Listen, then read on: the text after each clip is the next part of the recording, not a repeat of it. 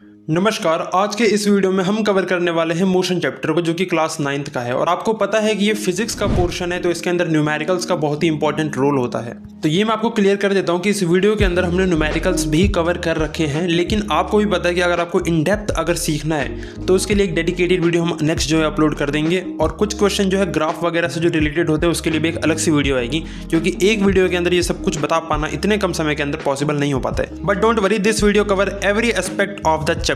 तो मोशन क्या होता है? जब कोई सा भी ऑब्जेक्ट जो है अपनी पोजीशन को चेंज करता है with respect to reference point. मान लीजिए आप एक जगह खड़े हैं और आपने एक कार को देखा, वो कार जो है जब अपनी पोजीशन को चेंज करेगी तो आपको कैसे पता चलेगा? उसके लिए कोई रेफरेंस चाहिए, तो आप खुद को भी एक रेफरेंस पॉइंट मान सकते हैं। और नहीं तो आपके पास होती है वॉच, तो आप घड़ी में टाइम देख सकते हैं कि इतने टाइम पे ये इस पोजीशन पे थी और इतने टाइम पे इस पोजीशन पे। इसका मतलब इसके अंदर मोशन हुआ है।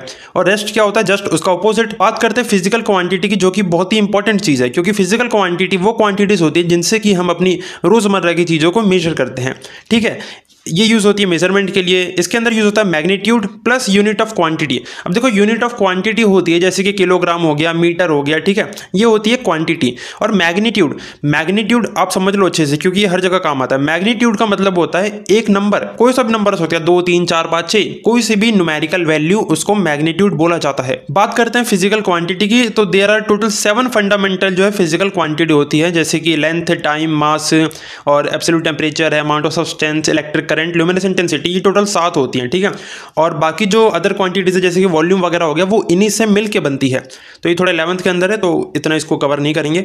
तो बात करते हैं फिजिकल क्वांटिटी होती क्या है। जैसे कि आपने लिखा 4 किलोग्राम, तो इसमें 4 क्या है? मैग्नीट्यूड है। किलोग्राम क्या है? उसकी यूनिट है। जैसे 5 मीटर, तो 5 क्या है? एक मैग्नीट्यूड है, और मीटर क्या है? उसकी क्वांटिटी है। तो यही होती है फिजिकल क्वांटिटी। अब यहाँ पे इसके 2 टाइप आते हैं, स्केलर क्वांटिटी और वेक्टर क्वांटिटी। स्केलर क्वांटिटी ऐसी क्वांटिटी होती है जिसके अंदर सिर्फ और सिर्फ मैग्नीट्यूड होता है और कोई भी डायरेक्शन की बात नहीं होती है।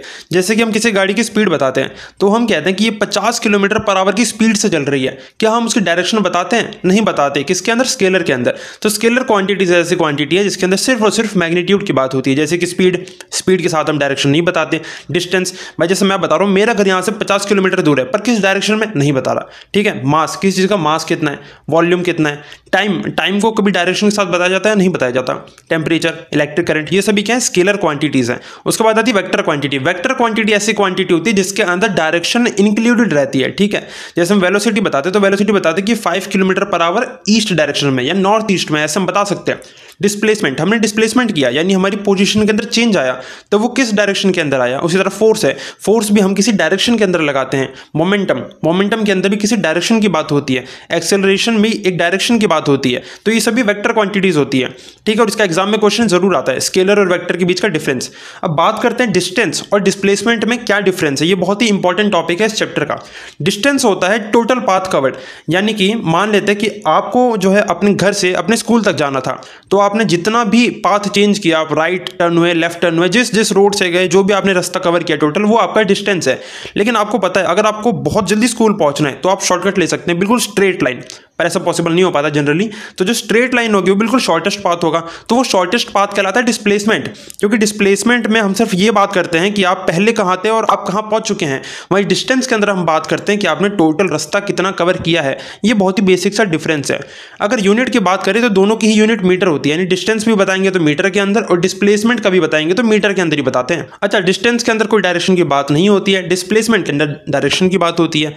डिस्टेंस जो है स्केलर है, डिस्प्लेसमेंट जो है वेक्टर क्वांटिटी है। डिस्टेंस जो है वो हमेशा पॉजिटिव होता है और कभी भी जीरो नहीं हो सकता। मान लेता हूं कि आपने अपने घर से चलना शुरू किया, तो क्या आप ये बोल सकते हैं कि मेरा डिस्टेंस जीरो है? नेवर। आप कभी नहीं बोल सकते कि आपका डिस्टेंस जीरो है। या मैं कह सकता हूं, जैसे आप मान लेते हैं कि आप घर से स्कूल गए, ठीक है, और स्कूल से वापस आए, और मान लेते हैं आपके घर से लेके स्कूल तक का जो डिस्टेंस है वो 5 किलोमीटर है, तो आप बोलेंगे कि मैंने 10 किलोमीटर डिस्टेंस को कवर किया है। लेकिन अगर आप बात करेंगे डिस्प्लेसमेंट की, तो डिस्प्लेसमेंट क्या होता है? कहाँ से शुरू किया, कहाँ खत्म किया। स्टार्ट किया घर से, वापस आ गए घर पे, तो डिस्प्लेसमेंट जीरो हो सकता है। ठीक है। तो डिस्प्लेसमेंट जीरो भी हो सकता है, नेगेटिव भी हो सकता है, पॉजिटिव भी हो सकता है, लेकिन जो डिस्टेंस है वो हमेशा पॉजिटिव होगा और कभी भी जीरो नहीं हो सकता।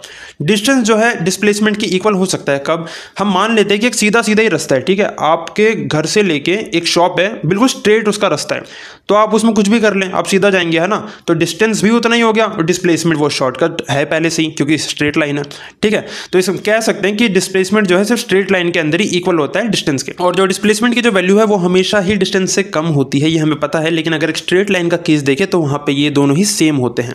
एग्जांपल लेते हैं, जैसे कि पलक है वो 30 किलोमीटर ट्रैवल कर रही है, 30 किलोमीटर ट्रैवल उसने किया है, तो डिस्टेंस की बात है, ठीक है। और डिस्प्लेसमेंट में क्या बोल सकते हैं कि 30 किलोमीटर उसने ट्रैवल किया नॉर्थ ईस्ट डायरेक्शन में, हमने डायरेक्शन ऐड कर दी, तो ये हो गया हमारा डिस्प्लेसमेंट। एक एग्जांपल है, इस क्वेश्चन को करते हैं और समझते हैं। इस क्वेश्चन में बोला है एक सेमी सर्कुलर पाथ है, एक आधा सर्कल वाला पाथ है, इसमें क्या है डिस्टेंस की बात की गई है और डिस्प्लेसमेंट की बात की गई है, और ये जो सेमी सर्कुलर जो पाथ बना है इसका रेडियस 10 मीटर है, ठीक है। बहुत ईजी क्वेश्चन है।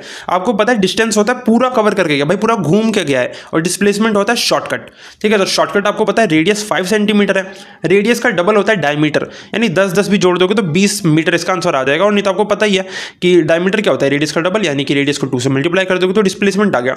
अब देखो डिस्टेंस वाला थोड़ा सा इंपॉर्टेंट है, हमको पता है जब एक आधा सर्कल होता है तो उसका जो फॉर्मूला होता है सरकमफ्रेंस का, क्योंकि बाउंड्री के ऊपर चल रहे हैं ना सर्कल की, तो बाउंड्री का फॉर्मूला क्या होता है पाई आर, वहीं जो कंप्लीट सर्कल का होता है वो क्या होता है 2 पाई आर। तो आधा सर्कल है तो क्या हो जाएगा सिर्फ पाई आर हो जाएगा। पाई की वैल्यू 3.14 इंटू 10 कर दो, आपका आंसर इजीली निकल के आ चुका है 31.4 मीटर। कुछ क्वेश्चन आपको दे रहा हूं, इनका आंसर आप जब रिकॉल करेंगे तो आपका रिवीजन हो जाएगा साथ के साथ। मोशन को डिफाइन करिए। दूसरा क्वेश्चन है स्केलर और वेक्टर के बीच का डिफरेंस। तीसरा क्वेश्चन है डिस्टेंस और डिस्प्लेसमेंट के बीच का डिफरेंस। और चौथा क्वेश्चन है कि कार्तिक है जो कि अपने घर से लेके पार तक जाता है, ठीक है, जो कि उसके घर से 3 किलोमीटर की दूरी पर है ईस्ट डायरेक्शन के अंदर। उसके बाद वो 4 किलोमीटर नॉर्थ की तरफ जाता है जो कि लाइब्रेरी की तरफ जाता है, ठीक है। अब उसने जो है ये डिस्टेंस कवर किया, तो डिस्टेंस बताना है और उसका डिस्प्लेसमेंट भी बताना है। अगर देखो मैं आपको थोड़ा सा विजुअलाइज कर रहा हूँ इसके फिगर को, तो यहाँ पे आपको कुछ ट्रायंगल जैसा बनता हुआ दिखेगा, क्योंकि जो डिस्प्लेसमेंट होती है वो शॉर्टेस्ट पाथ होता है ना, तो डिस्प्लेसमेंट शॉर्टकट हो गया और डिस्टेंस जो पूरा कवर कर गया। देखो डिस्टेंस आप यूँ ही बता दोगे 3 और 4 7 हो गया, ठीक है। लेकिन डिस्प्लेसमेंट कैसा बताओगे, तो यहाँ देखो भी ट्रायंगल बनेगा और इसके अंदर आप पाइथागोरस लगा के इसका आंसर बता सकते हैं, ठीक है। तो थोड़ा सा मैंने हिंट आपको दे दिया, आप सॉल्व करके इसका आंसर जरूर बताइएगा। अब यहाँ पे कुछ बेसिक फॉर्मूलाज की बात कर लेते हैं जो कि हमें बचपन से पता है। स्पीड का फॉर्मूला होता है डिस्टेंस अपॉन में टाइम, है ना, और डिस्टेंस जो है मीटर के अंदर कैलकुलेट होती है, टाइम जो है सेकंड के अंदर होता है। तो हम कह सकते हैं स्पीड की जो एसआई यूनिट है वो मीटर पर सेकंड हम जो लिख सकते हैं। अच्छा बोलोगे मीटर सेकंड इनवर्स क्या लिखा है, इनवर्स क्या होता है, देखो इसको थोड़ा सा विजुअलाइज कराते हैं। जैसे मीटर पर सेकंड लिखा है, ठीक है, इस सेकंड की पावर कितनी है 1 है। जब हम इसको ऊपर लेके आएंगे तो इसकी जो पावर है वो नेगेटिव हो जाएगी। मैथ्स के अंदर आपने इतना सीख रखा होगा, ठीक है। तो बहुत बेसिक सी चीज़ है, ये ऐसा होता है। स्पीड जो है एक स्केलर क्वांटिटी है। वेक्टर की बात कर लेते हैं। वेक्टर में क्या होता है डिस्प्लेसमेंट की बात होती है, डिस्प्लेसमेंट अपॉन में टाइम। डिस्प्लेसमेंट भी जो है मीटर के अंदर है, टाइम भी जो है सेकंड के अंदर है, तो इसकी भी ऐसा यूनिट सेम होती है एज स्पीड, ठीक है। वेलोसिटी जो है एक वेक्टर क्वांटिटी होती है। अगर बात करें डिस्प्लेसमेंट कैसे निकालते हैं, तो आपको बताया मैंने कहाँ से शुरू किया कहाँ खत्म किया। तो जहाँ खत्म किया उससे पहले कहाँ था उसको माइनस कर देंगे, हमें निकल जाएगा भाई ये डिस्प्लेसमेंट कितना है। अब बात करते हैं कॉन्सेप्ट ऑफ एक्सेलरेशन की। एक्सेलरेशन का मतलब होता है कोई सी भी चीज़ है, कोई सा भी ऑब्जेक्ट है, कोई बॉडी है, वो अपनी स्पीड और डायरेक्शन को कितनी जल्दी चेंज कर रही है, वही होता है एक्सेलरेशन। मान लेते हैं कि आप बाईसाइकिल चला रहे थे, आपने बहुत ज़ोर ज़ोर से पैडल मारने शुरू कर दिए, तो आपकी साइकिल की स्पीड बढ़ जाएगी, इसको हम एक्सेलरेशन कहते हैं। सिमिलरली इसका उल्टा होता है डिक्लेरेशन, सॉरी ये डिक्लेरेशन होता है और रिटार्डेशन, ठीक है। जैसे ही आपने साइकिल की स्पीड अपनी स्लो करी तो ये भी एक प्रकार का एक्सेलरेशन ही है, लेकिन ये ऑपोजिट है। उस टाइम पे क्या हो रहा था, स्पीड बढ़ रही थी, अब क्या हो रहा है स्पीड कम हो रही है, तो इसको डिक्लेरेशन बोला जाता है। और ये ऑपोजिट डायरेक्शन के अंदर एक्सेलरेशन का, तो इसकी जो वैल्यू होती है वो एक्सेलरेशन के ऑपोजिट यानी कि नेगेटिव में आंसर इसका निकलता है। फॉर्मूलाज की बात कर लेते हैं। एक्सेलरेशन का फॉर्मूला होता है change in velocity divide by time. अब चेंज इन वेलोसिटी कैसे निकालते हैं, फाइनल वेलोसिटी कितनी थी, शुरू में वेलोसिटी कितनी थी, उसको माइनस कर देते हैं। एक्सेलरेशन की अगर यूनिट की बात करें तो वो मीटर पर सेकंड स्क्वायर होती है, और इसको भी हम इस तरह से लिख सकते हैं मीटर सेकंड इनवर्स करके। अब यहाँ पे एक क्वेश्चन दे रखा है जिसको आप खुद से ट्राई करने की कोशिश कीजिए। जहाँ पे बोला एक कार है जो कि 10 मीटर पर सेकंड की स्पीड से चल रही थी और उसने अपनी स्पीड अब 30 मीटर पर सेकंड कर दी है, और ये टाइम उसको लगा है ओवरऑल 5 सेकंड इतना करने में। तो कार का एक्सेलरेशन कितना, यानी स्पीड उसने अपनी बढ़ा दी, अब स्पीड बढ़ाई तो उसका एक्सेलरेशन कितना हो गया ये आपको निकालना है, ठीक है। बहुत ईजी है, आपको यही फॉर्मूला पुट करना है एक्सेलरेशन का और आंसर आपका आ जाएगा। आपको पता है इसमें फाइनल वेलोसिटी कितनी है 30 मीटर पर सेकंड, इनिशियल कितनी कितनी है 10 मीटर पर सेकंड, टाइम भी दे रखा है आपको, ठीक है। फटाफट से पुट करो और आंसर बता दो कमेंट सेक्शन के अंदर। अब बात करते हैं यूनिफॉर्म और नॉन यूनिफॉर्म के बारे में, ठीक है। आप सिर्फ मोशन समझ रहे हैं अभी, यूनिफॉर्म और नॉन यूनिफॉर्म क्या होता है। यूनिफॉर्म होता है जब कोई ऑब्जेक्ट जो है कांस्टेंट स्पीड के साथ में एक स्ट्रेट लाइन के अंदर चलती रहती है। मान लेते हैं कार है जो कि 60 किलोमीटर पर आवर की स्पीड से स्ट्रेट रोड पे चल रही है, उसकी स्पीड में कोई बदलाव नहीं आ रहा, वो सेम टाइम के अंदर सेम डिस्टेंस कवर कर रही है।